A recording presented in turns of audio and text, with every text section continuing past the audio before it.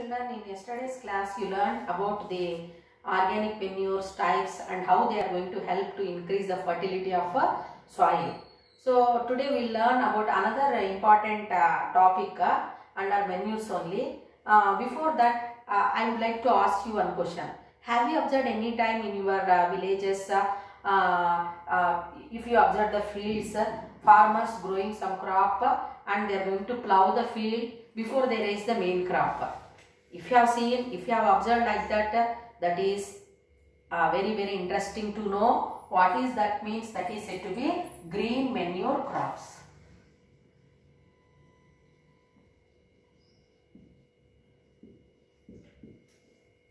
Green manure crops. So green manure crops means what? So main crops means, you know, if paddy is grown or groundnut is grown, what the farmers will do till they get the crop, till they get the yield, they are going to be grown in the field. They are going to be taken care by the farmers. Is it not, children? So here in the green manure crops, what they are doing means some plants. Okay, so some plants like you can take sun hemp or other pulses or kulthi or dhalchi. So all these crops are raised in the field and they are plowed before the main crop is grown. So such type of crops are called as green manure crops. Why the farmers are going to follow this method means the green manure crops they contain the rich percentage of nitrogen. So you know the importance of nitrogen. You learnt in the previous part of the lesson. So nitrogen is very much essential and it is said to be the macronutrient which helps in having green leaves, flowers, development of flowers, fruits. All this is happening because of the required amount of nitrogen. If it is present in the soil, then only it is taken by the plants and they grow in size. Is it clear to children? So that is happening because of nitrogen. So here to provide nitrogen in large amounts, the green manure crops are used by the farmers. Is it clear to you? So examples of green manure crops: sun hemp, then kulthi, lobia, green gram. So all these are examples of green manure crops. So what are these? How this will be made means the seeds of these plants will be collected. Okay, and they are going to be sown in the soil and they are watered. After few days they grow certain height and the leaves will be there, and before they raise the crop, main crop is raised in the field, these plants which are grown are going to be plowed, so that what will happen, the nitrogen whichever is present, it will be taken up by the plant. Is it clear to children?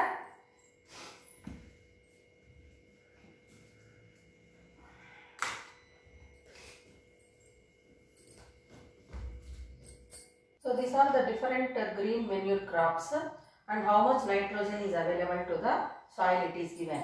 Lobia or beans. So 7.1 kg of nitrogen is available to the soil. Then dhanchi, dhencha, so 6.2 kg. Then kulthi 3.3 and green gram seeds if we use, then 7.2 kg nitrogen it is made available to the soil. Sun hemp 7.5 and horse gram 8.5 kg of nitrogen is available to the soil if we use these crops as green manure crops. So in that some of the plants are belonging to Leguminaceae family. You know that what is the importance of legume plants? They contain the root nodules root nodules are present where it contains the bacteria rhizobium and it can convert the atmospheric nitrogen into salts of nitrogen. Is it clear to you? Like lobia, then dhencha, green gram, horse gram, all these belong to the legume family or the bean family. Is it clear to you? Whereas sun hemp, kulthi, they will not belong to legume family. In spite of that also they are going to help in providing nitrogen to the soil. It is estimated that 8 to it is estimated by the it is estimated that 8 to 25 tons of green manure, if it is added to the soil per hectare, amount of nitrogen, how much it is going to be present in the soil, means that is 70 to 90 kg of nitrogen per hectare. 70 to 90 kg per hectare nitrogen is made available. So 8 to 25 tons of green manure, if it is added to the soil, so 70 to 90% of nitrogen is made available. So you know the importance of nitrogen. So in that way, that nitrogen is provided to the soil because of green manure crops, which helps in giving or enriching the yield of the crop. So you learned that this green manure crops, how they are produced means, so they are produced by raising the seeds of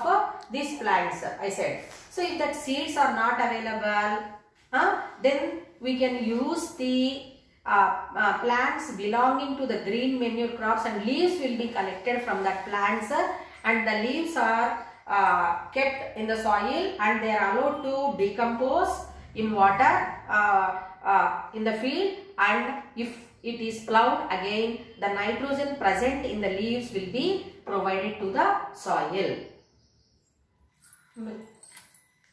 Till now you learned about the importance of manure to the soil, and now we learn about the importance of knowing about the nature of soil, that is soil testing.